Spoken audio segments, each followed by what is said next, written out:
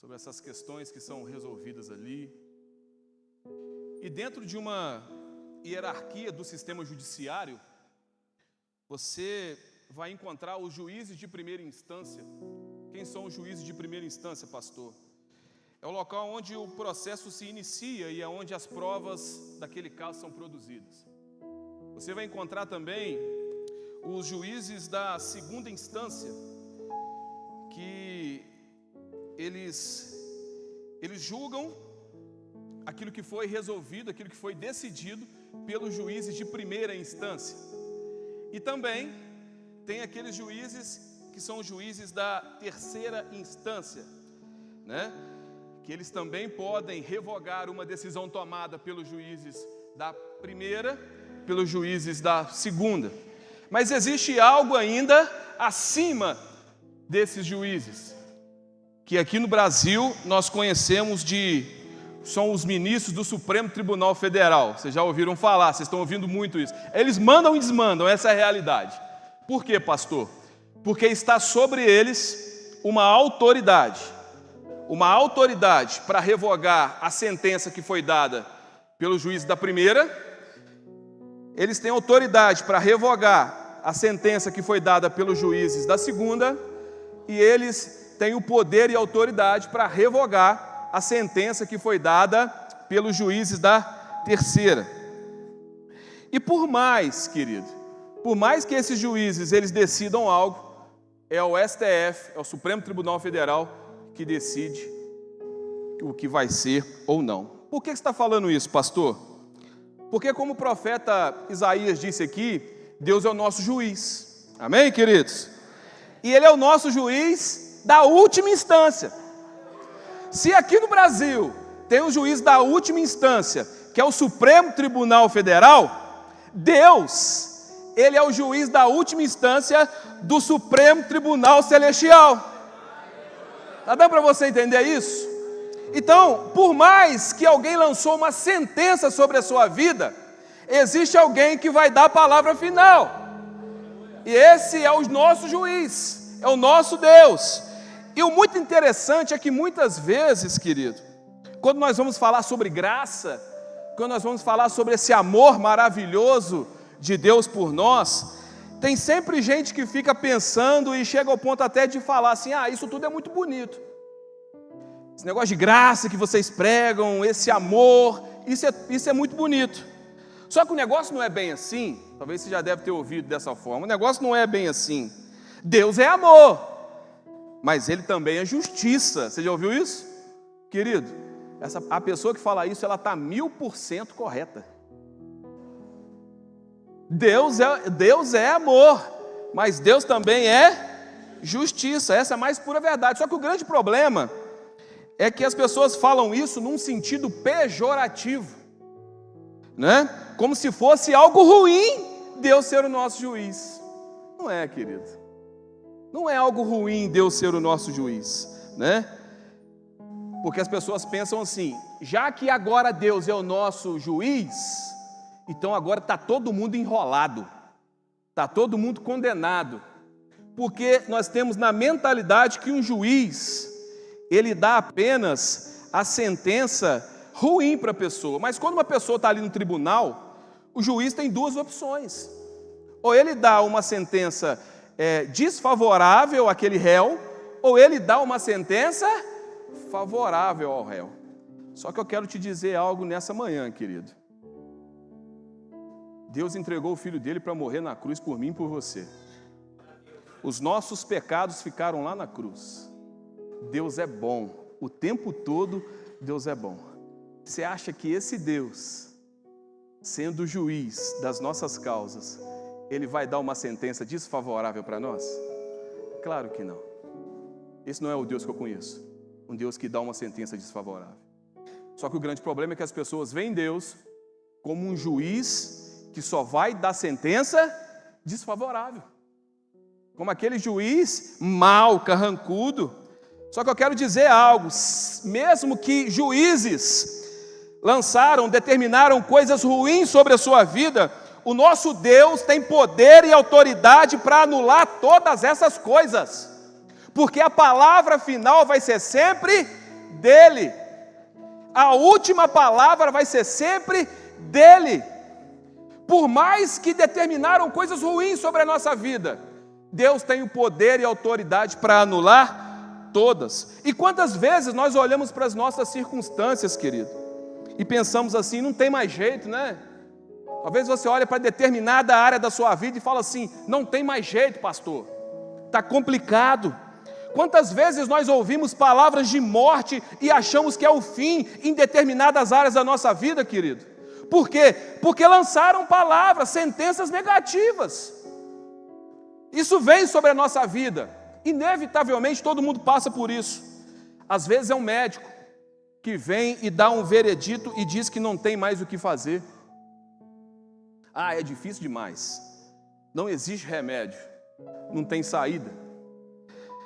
Ou então é um advogado que chega para você e fala assim, ó, nem adianta tentar essa causa porque é causa perdida. Talvez é o diabo que coloca pensamentos na sua cabeça que não tem mais jeito para o seu casamento. Fala assim, acabou. Não tem mais jeito não. Talvez são pessoas que chegam para você e falam assim, ó, o seu filho não vale nada. O seu filho não tem mais jeito. Ele não te honra. Ele não olha para você como pai, como mãe. Os teus filhos não te respeitam. Talvez alguém chega para você e solta uma sentença tipo, não tem mais jeito. Você nunca vai mudar. Você nasceu assim. Você vai viver assim. Você vai morrer assim. Você nunca vai ser bem-sucedido na vida. Abraça o fracasso e vai com ele até a morte. Você nunca vai ficar livre do vício. Ó, eu vou te falar, vício de crack não tem jeito de vencer não. Vício de cocaína tem jeito de vencer não. Vício de pornografia pode tentar.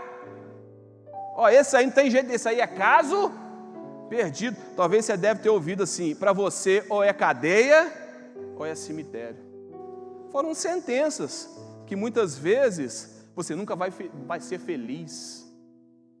Sua avó não foi feliz, sua mãe não é feliz, você também não vai ser. Existe uma maldição hereditária sobre a sua vida nessa área. Sentenças que muitas vezes foram lançadas sobre a nossa vida, querido. Tudo isso são sentenças. Mas sabe de uma coisa? Nós temos um juiz, como eu já disse aqui, da Suprema Corte Celestial, que está acima de todas essas sentenças que foram lançadas um dia sobre a nossa vida, querido. E esse juiz, ele é poderoso e tem toda a autoridade para cancelar e anular toda essa sentença de maldição que foi lançada sobre a minha vida e foi lançada sobre a sua vida um dia. Você crê nisso, querido? Então fala comigo assim, eu creio que existe um juiz da Suprema Corte Celestial que vai anular todas as sentenças equivocadas, ruins, que foram lançadas sobre a minha vida. Você crê nisso? Então aplauda ele nessa manhã, querido. Deus é bom. A Bíblia está cheia de exemplos de sentenças que foram lançadas sobre a vida de pessoas que o juiz veio e deu uma palavra final. Lá em Lucas capítulo 8, versículo 43, é uma história que você conhece. E uma mulher que tinha um fluxo de sangue havia 12 anos, tinha gastado tudo com os médicos, todos os seus bens, e por nenhum pudera ser o quê? Curada. Querido, graças a Deus, né? Eu não tive o privilégio de sofrer desse incômodo. Mas eu tenho uma mulher dentro de casa e eu sei como é que ela fica. Deve ser um incômodo muito grande esse período de menstruação da mulher. E olha que são o quê? São poucos dias, né? Agora você imagina uma mulher sofrendo há 12 anos. Imagina o marido dessa mulher, o quê? Esse cara é de Deus demais. Se essa mulher fosse casada, sofrendo 12 anos naquele período, né, que nós conhecemos hoje como período menstrual. Imagina só como é que esse homem sofreu, querido. Né? Agora você imagina a situação dessa mulher. Há 12 anos. 12 anos sofrendo de um fluxo de sangue. Há 12 anos que essa mulher, ela vivia uma vida, muitas vezes, se fosse casada, imagina a situação do marido para ter relação sexual com essa mulher, talvez ela nem fosse casada. Mas se ela tivesse filhos, imagina essa mulher sem poder tocar os filhos, porque essa era a lei da época. Uma mulher nessa condição, ela não poderia tocar em nenhuma outra pessoa, porque essa outra pessoa que fosse tocada, ela também passaria a ser uma pessoa imunda. Imagina a situação dessa mulher, né? Há 12 anos, querido, 12 anos. E Lucas, ele diz que essa mulher já tinha gastado todo o seu dinheiro e que nada poderia resolver o problema dela. Olha a sentença lançada sobre a vida dela. Você vai morrer sim. Você vai ficar com esse fluxo de sangue para o resto da sua vida. Você vai ser considerado uma pessoa impura para o resto da sua vida. Foi a sentença que foi lançada sobre a vida dessa mulher. Imagina, querido. Imagina. O juiz da primeira instância falou: é assim que vai ser. Não tem jeito. Você vai morrer. É questão de tempo. Mas aí ela tem um encontro com o juiz da Suprema Corte Celestial, do Supremo Tribunal Celestial. E quando ela tem um encontro com o juiz do Supremo Tribunal Celestial, ele vira para ela e fala assim: vai ser curada, você vai viver. A partir de agora, eu tenho uma nova vida para você. Por mais que lançaram uma sentença para você de morte, eu lanço uma sentença de vida para você.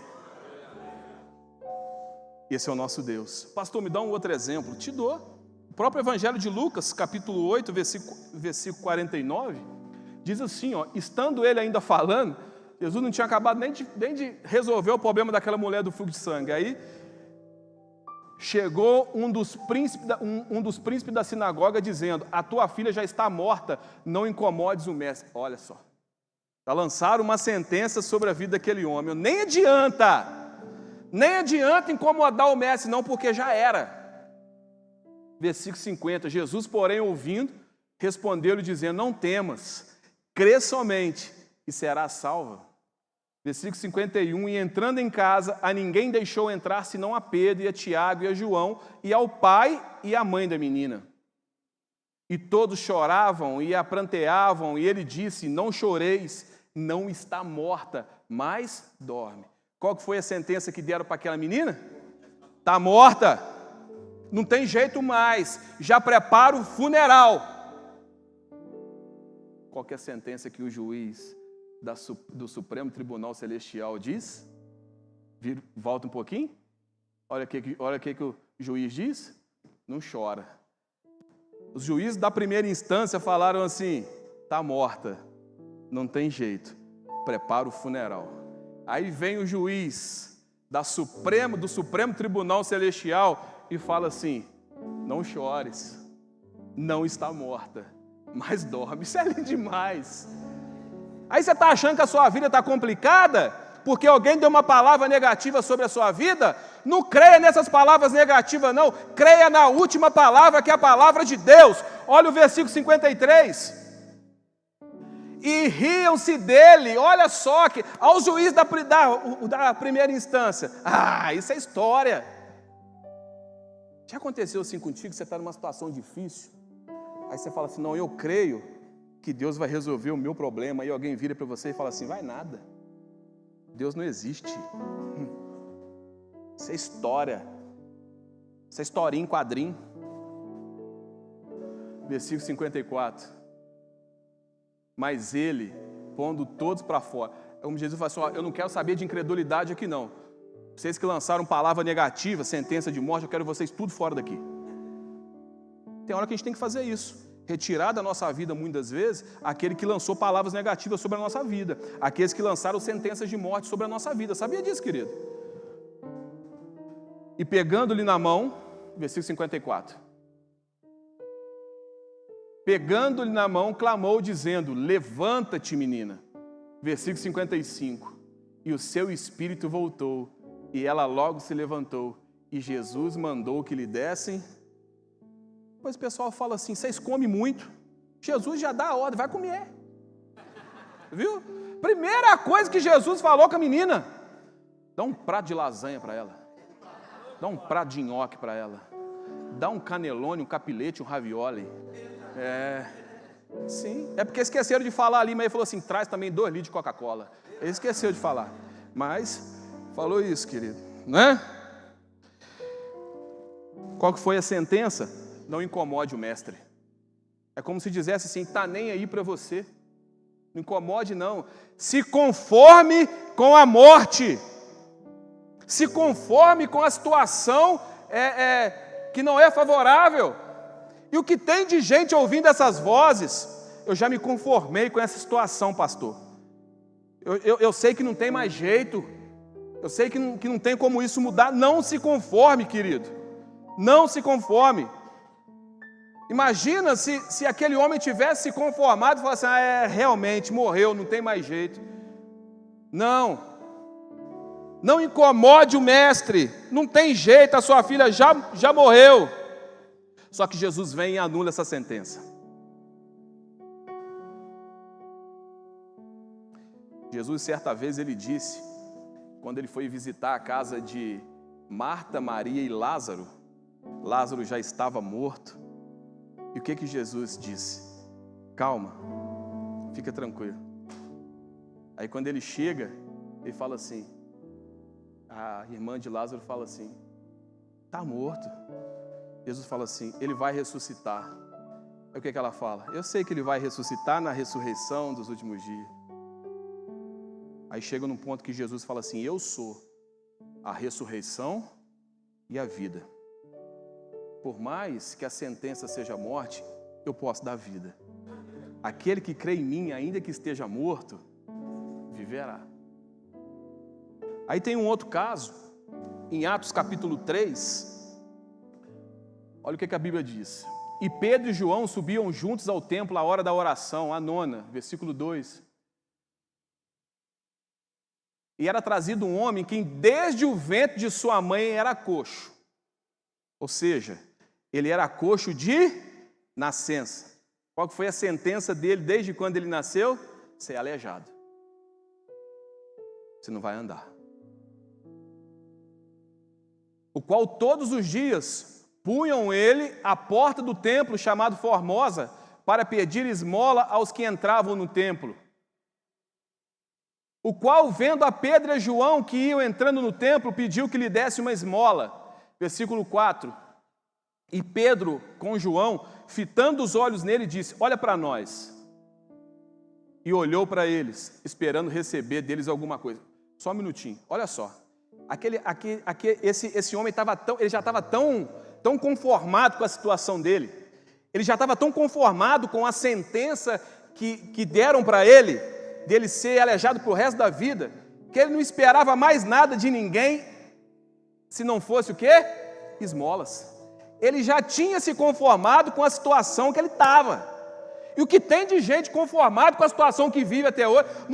Querido, certa vez o apóstolo Paulo, escrevendo aos Romanos, capítulo 12, ele fala assim, não vos conformeis com esse mundo, mas transformáveis pela renovação da vossa mente, para que experimenteis qual seja a boa, perfeita e agradável vontade de Deus. Está se conformando com a situação que você vive, por quê? Se existe um Deus que sempre dá a palavra final, que existe um juiz lá da Suprema Corte Celestial, do Supremo Tribunal Celestial, que dá o veredito final sobre a sua vida. Versículo 6. E disse Pedro, não tenho prata nem ouro. Ele estava esperando dinheiro, querido. Mas o que eu tenho eu te dou. Em nome de Jesus Cristo Nazareno, levanta-te e anda. E tomando pela mão direita o levantou. E logo seus pés e artelhos se firmaram. Meu Deus. E saltando, já saiu já. Vou ali jogar uma bola, né? Ele já saiu já no pique. A Bíblia diz que ele não simplesmente levantou, ele já levantou pulando, que eu não vou pular aqui não, né? Que depois eu vou virar meme. Mas, pôs-se em pé, saltou, pôs-se em pé, andou e entrou com eles no templo, andando e saltando e louvando a Deus. Meu Deus do céu. Ele era coxo de nascença.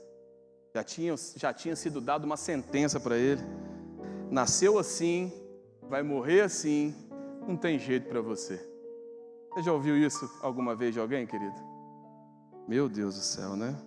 Vai passar a vida inteira pedindo esmola. Você não vai ter a capacidade de se manter. Os sonhos que você tinha de andar, construir uma vida, uma família, a sentença já foi completamente desfavorável desde o dia que você nasceu. Se conformou, nunca andou, não sabia o que era andar, se conformou com a situação. Faço ideia quantas pessoas passaram em frente daquele homem e falaram assim: ô aleijadinho, ainda caçoavam dele. Eu creio nisso, ainda faziam piada com ele, não é? A sentença dele, o juiz da primeira instância decretou isso sobre a vida dele. Você vai passar o resto da vida assim. Mas aí vem alguns homens, 2 homens que representavam o juiz da Suprema Corte Celestial e lançaram uma outra palavra sobre ele. Por mais que você tenha vivido a sua vida inteira assim, eu tenho algo novo para a sua vida. Em nome de Jesus Cristo, aquele que tem poder para curar, para salvar, para libertar, levanta e anda. O que era sentença de morte virou sentença de vida também. O que era sentença de fracasso virou sentença de sucesso. É isso que o nosso Deus faz. É isso que o nosso Deus faz sobre a nossa vida. Quer ver uma outra história? José, querido. Para não falar que eu só prego o Novo Testamento. José foi jogado num poço, foi vendido como escravo, foi acusado de um crime que ele não cometeu, foi preso. Qual que é a sentença que deram para José? Você vai apodrecer dentro da cadeia. Qual foi a sentença que deram para José? No melhor dos casos, você vai ser solto, mas você vai viver o resto da sua vida como escravo. A sentença sobre José. O juiz da primeira instância decretou isso sobre a vida de José. Só que Deus vem, querido, o juiz da Suprema Corte Celestial, ele vem e anula essa sentença sobre a vida de José. É como se ele dissesse para ele assim: ó, não é nada disso. Você vai prosperar em terra estrangeira. Você vai prosperar tanto que você vai ser a segunda pessoa mais importante nessa terra. Sabe por quê? Porque a última palavra sou eu que dou. A última palavra vem de mim. Cara, isso é muito lindo. Ah, se nós crêssemos nisso mesmo de fato. Só que a gente fica tão perturbado com palavras negativas que vêm sobre a nossa vida. Querido, você liga o jornal, você liga a sua TV para ver o jornal, é só desgraça. São só coisas ruins. Eu não sei, querido, o que os juízes têm falado para você nesses dias, eu não sei. Eu não sei quais foram as sentenças que liberaram sobre a sua vida, só que eu sei de uma coisa: o nosso Deus está aqui para anular todas essas sentenças. E eu creio que em nome de Jesus, todas as sentenças negativas sobre a sua vida estão sendo anuladas agora. Você crê nisso? Sentenças de enfermidades estão sendo anuladas agora. Sentenças de morte estão sendo anuladas agora. Sentenças de vício estão sendo anuladas agora. Sentença contra o seu casamento está sendo anulada agora. Sentença contra a sua vida financeira está sendo anulada agora. Sentença contra o seu ministério está sendo anulada agora, em nome de Jesus.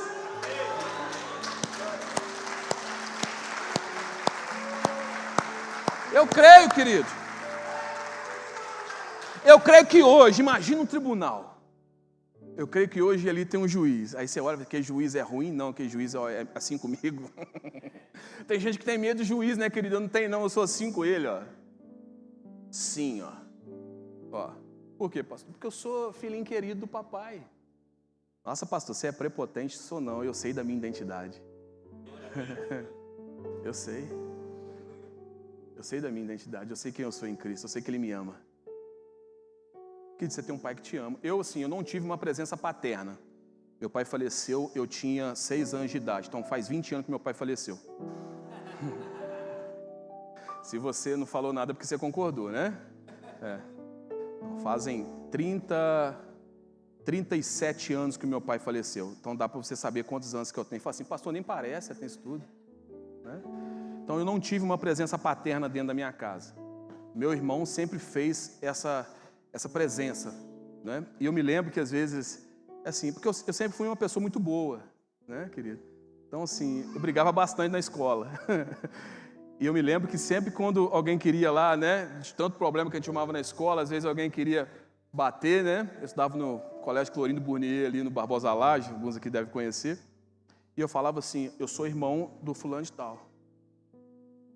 E aí, todo mundo ficava com medo. Não, peraí. E quando isso não resolvia, ele ia comigo lá na escola. Pastor, por que você está querendo dizer isso? Porque ele sempre me protegia. Sempre estava ali para me defender. Você tem um pai que te defende. Você tem um pai que te ama. Você tem um pai que ele pode ter sim uma postura de juiz, né? Mas antes dele ser juiz, ele é seu pai. Então imagine que você chegou no tribunal e tem lá o juiz, e todo mundo vê a figura de um juiz como um juiz muito bravo, pronto para dar uma sentença negativa. Não é verdade? Aí está lá ele com o martelo na mão. E aí, queridos, ele bate o martelo e fala assim, você está aprovado. Ele bate o martelo e fala assim, você é abençoado sim, com todas as sortes de bênção nas regiões celestiais em Cristo Jesus. Ele bate o martelo e fala assim, o seu casamento é bem sucedido sim, porque eu sou a terceira dobra desse relacionamento. Olha só, ele bate o martelo e fala assim, você está curado sim, porque foi pelas minhas pisaduras que eu sarei você, foi pelas minhas pisaduras que eu curei você. Ele bate o martelo e fala assim, os seus filhos são benditos sim, porque os filhos são herança do Senhor. Ele bate o martelo e fala assim, você vai prosperar sim. Sabe por quê? Porque você é como uma árvore plantada junto a ribeiros de águas. Martelo batido, sentença determinada. Então, por mais que você passou pelo juízo da primeira instância e ele decretou palavras negativas sobre a sua vida, fica tranquilo, você vai chegar no Supremo Tribunal Celestial e ele vai dar um veredito de bênção sobre a sua vida. Eu queria te convidar a ficar de pé nessa manhã.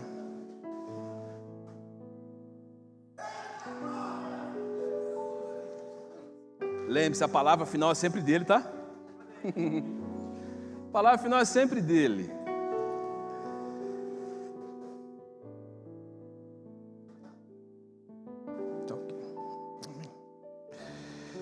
Aleluia.